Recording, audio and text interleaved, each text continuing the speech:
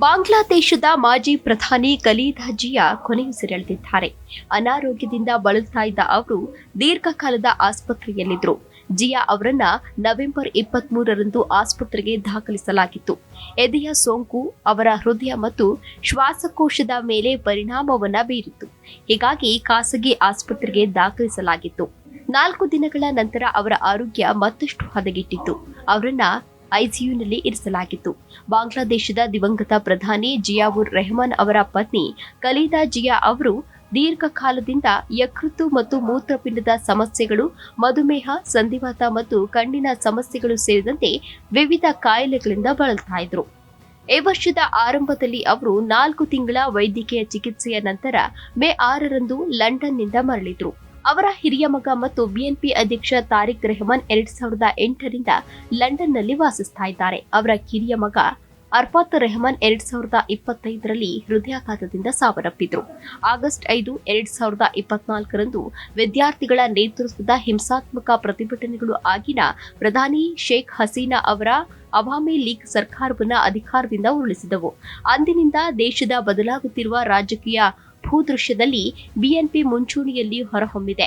November 23ರಂದು ಹೃದಯ ಮತ್ತು ಶ್ವಾಸಕೋಶದಲ್ಲಿ ಸೋಂಕಿನಿಂದಾಗಿ ಆಸ್ಪತ್ರೆಗೆ ದಾಖಲಾದಾಗಿನಿಂದ ಅವರು ಕಳೆದ 36 ದಿನಗಳಿಂದ ಚಿಕಿತ್ಸೆಯಲ್ಲಿದ್ದರು.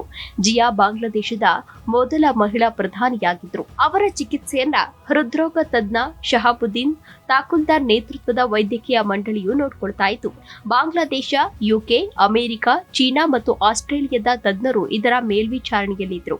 ಈ ತಿಂಗಳ ಆರಂಭದಲ್ಲಿ ಅವರನ್ನ ಚಿಕಿತ್ಸೆಗಾಗಿ ವಿದೇಶಕ್ಕೆ ಕರೆದೊಯ್ಯುವ ನಿರ್ಧಾರವನ್ನು ತೆಗೆದುಕೊಳ್ಳಲಾಗಿತ್ತು. ಆದರೆ ಅವರ ದುರ್ಬಲ ಸ್ಥಿತಿಯಿಂದಾಗಿ ಅದು ಸಾಧ್ಯವಾಗಿರಲಿಲ್ಲ. ಖಲೀದಾ ಜಿಯಾ 15 ಆಗಸ್ಟ್ 1945ರಲ್ಲಿ ಹುಟ್ಟಿದ್ರು. 1991ರಿಂದ 1996ರವರೆಗೆ ಮತ್ತು ಮತ್ತೆ 2001ರಿಂದ 2006ರವರೆಗೆ ಬಾಂಗ್ಲಾದೇಶದ ಪ್ರಧಾನಿಯಾಗಿ ಸೇವೆ ಸಲ್ಲಿಸಿದ್ರು. ಬಾಂಗ್ಲಾದೇಶದ ಮೊದಲ ಮಹಿಳಾ ಪ್ರಧಾನಿ ಮತ್ತು ಬೆನ್ಜೀರ್ ಭುಟ್ಟೋ ನಂತರ ಮುಸ್ಲಿಂ ಜಗತ್ತಿನಲ್ಲಿ 2ನೇ ಮಹಿಳಾ ಪ್ರಧಾನಿಯಾಗಿದ್ರು. ಖಲೀದಾ ಜಿಯಾ 1945ರಲ್ಲಿ ಬ್ರಿಟಿಷ್ ಭಾರತದ ಬಂಗಾಳ ಪ್ರೆಸಿಡೆನ್ಸಿಯ ಆಗಿನ ಅವಿಭಜಿತ ದಿನಾಜ್ಪುರ ಜಿಲ್ಲೆಯಲ್ಲಿ, ಅಂದ್ರೆ ಈಗ ಭಾರತದ ಪಶ್ಚಿಮ ಬಂಗಾಳದ ಜುಲೈಂಗುರಿಯಲ್ಲಿ ಜನಿಸಿದ್ರು. ಹೀಗಾಗಿ ಖಲೀದಾ ಅವರಿಗೆ ಭಾರತದ ಸಂಪರ್ಕ ಕೂಡ ಇದೆ. ಆ ಬಳಿಕ ಖಲೀದಾ ಮತ್ತು ಅವರ ಕುಟುಂಬ ದಿನಾಜ್ಪುರ ಪಟ್ಟಣಕ್ಕೆ, ಅಂದ್ರೆ ಬಾಂಗ್ಲಾದೇಶದಲ್ಲಿರುವಂತಹ ಪಟ್ಟಣಕ್ಕೆ ವಲಸೆ ಬಂದ್ರು. ಖಲೀದಾ ಜಿಯಾ 1991ರಿಂದ 3 ಬಾರಿ ಬಾಂಗ್ಲಾದೇಶದ ಪ್ರಧಾನಿಯಾಗಿ ಸೇವೆಯನ್ನ ಸಲ್ಲಿಸಿದ್ರು. ಬಾಂಗ್ಲಾದೇಶದ ಪ್ರಧಾನಿಯಾಗಿ ಆಯ್ಕೆಯಾದ ಮೊದಲ ಮಹಿಳೆ ಕೂಡ ಆಗಿದ್ದಾರೆ. ಜಿಯಾವುರ್ ರೆಹಮಾನ್ ಅವರನ್ನ 1960ರಲ್ಲಿ ಬಾಂಗ್ಲಾದೇಶದ ಅಧ್ಯಕ್ಷರಾಗಿದ್ದ ಜಿಯಾವುರ್ ರೆಹಮಾನ್ ಅವರನ್ನ ವಿವಾಹವಾದರು. 1981ರಲ್ಲಿ ನಡೆದ ದಂಗೆಯ ಸಮಯದಲ್ಲಿ ಜಿಯಾವುರ್ ಅನ್ನ ಕೊಲ್ಲಲ್ಪಟ್ಟರು. ಇದು ದೇಶದಲ್ಲಿ 9 ವರ್ಷಗಳ ಕಾಲ ನಡೆದ ಮಿಲಿಟರಿ ಆಡಳಿತದ ಆರಂಭವನ್ನ ಗುರುತಿಸಿತ್ತು. ಜಿಯಾವುರ್ ರೆಹಮಾನ್ ಅವರ ಮರಣದ ನಂತರ ಖಲೀದಾ ಬಾಂಗ್ಲಾದೇಶ ಸೇನೆಯ ಮಾಜಿ ಮುಖ್ಯಸ್ಥ ಜನರಲ್ ಹುಸೇನ್ ಮೊಹಮ್ಮದ್ ಎರ್ಷಾದ್ ಅವರ ಆಡಳಿತವನ್ನ ಕೊನೆಗೊಳಿಸಲು 7 ಪಕ್ಷಗಳ ಮೈತ್ರಿಕೂಟವನ್ನು ಮುನ್ನಡೆಸಿದ್ರು. ಸಾಮಾನ್ಯ ಸದಸ್ಯರಾಗಿ ಬಿಎನ್ಪಿಗೆ ಸೇರಿದ್ರು. ಅದಾದ ಬಳಿಕ 1983ರಲ್ಲಿ ಪಕ್ಷದ ಉಪಾಧ್ಯಕ್ಷರಾಗಿ ಆಯ್ಕೆಯಾದರು. 1 ವರ್ಷದ ನಂತರ ಪಕ್ಷವು ಅವರನ್ನ ಅಧ್ಯಕ್ಷಿಯಾಗಿ ಆಯ್ಕೆ ಮಾಡಿತು.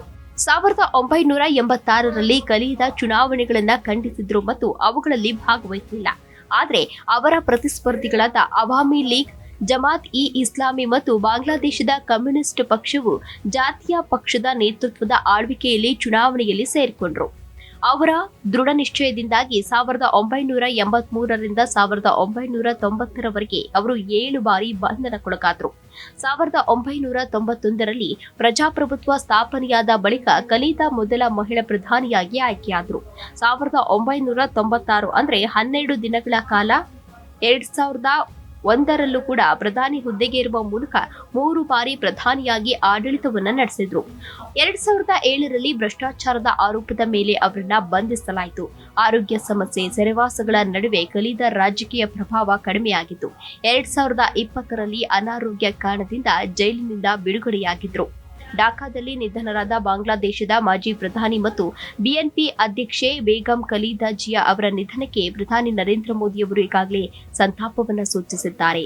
ಬಾಂಗ್ಲಾದೇಶದ ಮೊದಲ ಮಹಿಳಾ ಪ್ರಧಾನಿಯಾಗಿ ಬಾಂಗ್ಲಾದೇಶದ ಅಭಿವೃದ್ಧಿಗೆ ಹಾಗೂ ಭಾರತ ಬಾಂಗ್ಲಾದೇಶ ಸಂಬಂಧಗಳಿಗೆ ಅವರು ನೀಡಿದ ಪ್ರಮುಖ ಕೊಡುಗೆಗಳು ಯಾವಾಗಲೂ ಕೂಡ ಸ್ಮರಣೀಯ. 2015ರಲ್ಲಿ ಢಾಕಾದಲ್ಲಿ ಅವರೊಂದಿಗಿನ ತನ್ನ ಆತ್ಮೀಯ ಭೇಟಿಯನ್ನ ನಾನು ನೆನಪಿಸಿಕೊಳ್ತೇನೆ. ಅವರ ದೃಷ್ಟಿಕೋನ ಮತ್ತು ಪರಂಪರೆ ನಮ್ಮ ಪಾಲುದಾರಿಕೆಗೆ ಮಾರ್ಗದರ್ಶನ ನೀಡುವುದನ್ನು ಮುಂದುವರಿಸುತ್ತೇವೆ ಎಂದು ಭಾವಿಸುತ್ತೇವೆ. ಅವರ ಆತ್ಮಕ್ಕೆ ಶಾಂತಿ ಸಿಗಲಿ ಎಂದು ಪ್ರಧಾನಿ ನರೇಂದ್ರ ಮೋದಿ ಅವರು ಟ್ವೀಟ್ ಮಾಡುವ ಮೂಲಕ ಸಂತಾಪವನ್ನ ಸೂಚಿಸಿದ್ದಾರೆ.